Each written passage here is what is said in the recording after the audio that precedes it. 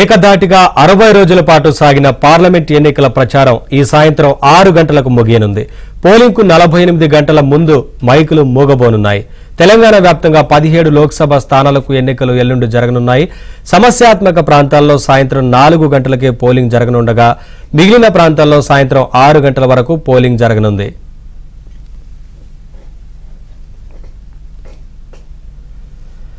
ఎన్నికల సందర్భంగా తనిఖీల్లో దాదాపు 300 కోట్లు సీజ్ చేశారు అధికారులు. ఇప్పటివరకు 8481 కేసులు నమోదు చేసింది ఎన్నికల సంఘం. విమర్శలు ప్రతి విమర్శలతో జోరుగా ప్రచారం సాగింది. ఎన్నికల నియమావళిని ఉల్లంఘించిన వారిపై ఈసీ చర్యలు చేపట్టింది. దీనిలో భాగంగా కేసీఆర్ పై 48 గంటల వరకు ప్రచారం నిషేధం విధించింది. సీఎం రేవంత్ రెడ్డికి నోటీసులు కూడా ఇచ్చింది. ఈ ఎన్నికల విధుల్లో 2,91,000 మంది సిబ్బంది పాల్గొంటున్నారు.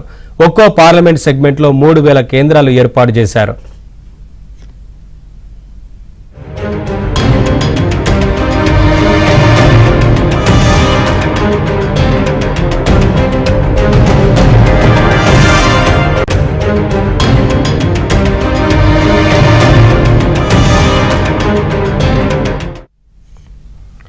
ఏకధాటిగా 60 రోజుల పాటు సాగిన పార్లమెంట్ ఎన్నికల ప్రచారం ఈ సాయంత్రం 6 గంటలకు ముగియనుంది. పోలింగ్ కు 48 గంటల ముందు మైకులు మోగబోనున్నాయి. తెలంగాణ వ్యాప్తంగా 17 లోక్సభ స్థానాలకు ఎన్నికలు ఎల్లుండి జరగనున్నాయి.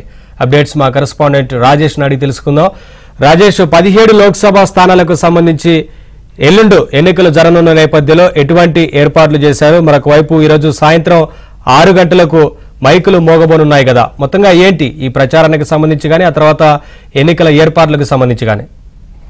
Good morning Naveen. మొత్తానికి దాదాపు 60 రోజుల పాటు ప్రచార పర్వాన్ని హోరెత్తించినటువంటి అన్ని రాజకీయ పార్టీలకు సంబంధించినటువంటి మైకులు ఇవాళ సాయంత్రం 6 గంటలతో ముగబోనున్నాయి. మార్చి 16వ తేదీన ఎన్నికల షెడ్యూల్ విడుదలైనప్పటి నుంచి అంటే సుమారుగా 60 రోజులకు పైగా అన్ని రాజకీయ పార్టీలు తమ ప్రచారాన్ని అత్యంత తీవ్ర స్థాయిలో హోరెత్తించాయి. అదే స్థాయిలో ఎలక్షన్ కమిషన్ ఆఫ్ ఇండియా కేసులను కూడా నమోదు చేసింది. దాదాపు ఈ 60 రోజుల పీరియడ్లో 8,481 కేసులను వివిధ రూపాల్లో ఎలక్షన్ కమిషన్ ఆఫ్ ఇండియా వివిధ రాజకీయ పార్టీల మీద కావచ్చు, ఇతర వ్యక్తుల మీద కావచ్చు, మరికొద్దిమంది ప్రైవేట్ వ్యక్తుల మీద కావచ్చు నమోదు చేసింది. దాదాపు 8,481 కేసుల్లో 4,000 కేసులను ప్రత్యక్షంగా పోలీసులు నమోదు చేస్తే మిగతా 8,400 కేసులను వివిధ యాప్ల రూపం ద్వారా వివిధ ఆన్లైన్ ద్వారా వచ్చినటువంటి ఫిర్యాదుల ద్వారా స్వీకరించింది. దాదాపు గడిచిన అసెంబ్లీ ఎన్నికల్లో 800 కోట్లకు పైగా డబ్బులు సీజ్ చేసినటువంటి ఎలక్షన్ కమిషన్ ఆఫ్ ఇండియా ఈసారి పార్లమెంట్ ఎన్నికల్లో కూడా దాదాపు 300 కోట్లకు పైగా మద్యాన్ని కూడా సీజ్ చేసినట్లు అధికారులు చెప్తున్నారు. దాదాపు ఈ 60 రోజుల పాటు రాష్ట్ర వ్యాప్తంగా ఉన్నటువంటి 17 పార్లమెంటు నియోజకవర్గాలు క్షేత్రస్థాయిలో 30,000కు పైగా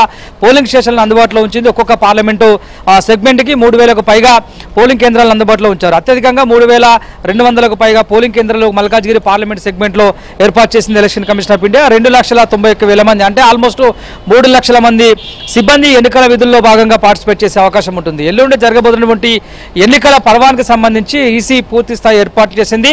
రాష్ట్ర వ్యాప్తంగా ఉన్నటువంటి 119 అసెంబ్లీ నియోజకవర్గాల్లో దాదాపు 51 అసెంబ్లీ నియోజకవర్గాలను అత్యంత ప్రతిష్టాత్మకంగా తీసుకుని అందులో సమస్యాత్మక అసెంబ్లీ కేంద్రాలుగా గుర్తించింది. ఎందుకంటే ఈ 51 కేంద్రాల్లో ఎక్కువగా మద్యము, డబ్బు, ఇతరత్ర ప్రలోభాలకు సంబంధించినటువంటి అంశాలు ఎక్కువగా ఉన్నట్లు ఎలక్షన్ కమిషన్ ఆఫ్ ఇండియా సీరియస్గా దృష్టి సారించింది. ఎప్పటికప్పుడు ఈ 51 నియోజకవర్గాల మీద ఇటు ఈసీ ఆఫీస్కి ఈసీ అధికారులు నివేదికలు ఇవ్వడము, తద్వారా అన్ని జిల్లాల ఎస్పీలు, సిపిలు, కలెక్టర్లతో సభలు, సమావేశాలు ఏర్పాటు చేయడము, వివిధ వీడియో కాన్ఫరెన్స్ ద్వారా ఎప్పటికప్పుడు ఓటింగ్ ప్రక్రియ అంతా కూడా సజావుగా సాగేందుకు అన్ని ఏర్పాటు చేశారు. సో ఓవరాల్గా ఈ 60 రోజుల పాటు సాగినటువంటి ప్రచార పర్వానికి సంబంధింంచి అన్ని రాజకీయ పార్టీలకు సంబంధించినటువంటి విషయంలో ఒకరిపైన ఒకరు ఎంసీసీ మోడల్ కోడ్ ఆఫ్ కండక్ట్ని వైలేట్ చేసినందుకు కేసులు నమోదు చేశారు. అదేవిధంగా ఫిర్యాదులో భాగంగా 48 గంటల పాటు కేసీఆర్ని ప్రచారాన్ని అడ్డుకునేందుకు నిషేధించారు. అదేవిధంగా ముఖ్యమంత్రి రేవంత్ రెడ్డికి సైతము ఎన్నికల పర్వానికి సంబంధించిన విషయంలో కొన్ని నోటీసులు కూడా జారీ చేశారు.